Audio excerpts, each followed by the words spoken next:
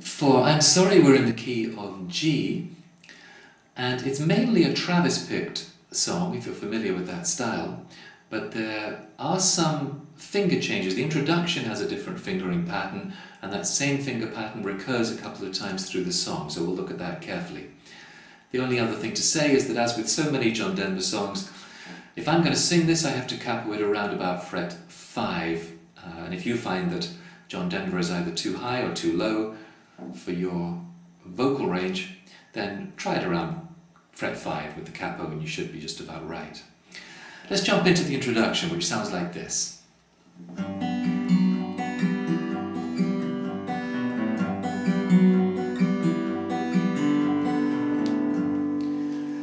So this is this unusual finger pattern that's not Travis picked. It'll break into Travis picking for the verse. Now, before I get into what the left hand is doing, let's talk about the right hand.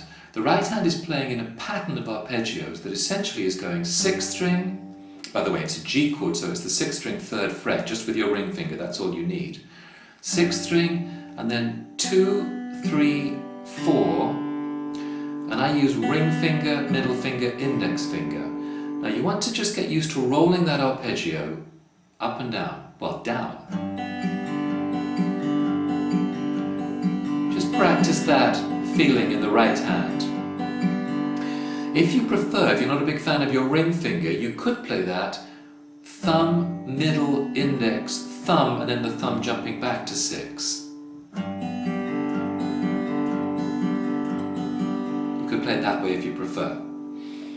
But I like to use all three. So get familiar with that arpeggio. When you are familiar with that, this is what to add in the left hand, and I'm going to show you a couple of alternative fingerings here. This is what I'm doing. Ring finger plays the 6th string 3rd fret, and as we start that arpeggio, thumb, ring finger, middle finger, and around about now I'm dropping the little finger onto the 4th string 4th fret, so that when I reach that note with my index finger, it's fretted at the 4th fret. Then for the next rolling arpeggio, I'll leave this one down until the last moment. Now I will be changing it to the 4th string 2nd fret, just before I play that note. And I'm using my middle finger here, although John Denver uses his index finger here. He plays the other two the way I just did, but uses his index finger for that one. So you play that arpeggio, and the final arpeggio has the middle finger coming off, and you play 6, 2, 3, 4 with the open 4th string. And it finishes with, if you look at your tab here, you can see bar 2 of the tab, the introduction, 6th string, 2nd string, and then we're going to play this descending sequence, 5th string, 2nd fret, open, and back to 6th string, 3rd fret, to start the arpeggio again. So, here's what we had, and then I'll show you an alternative fingering.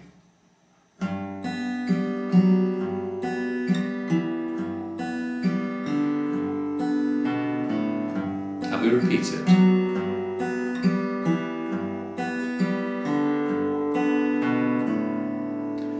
And the next thing we would play would be the verse.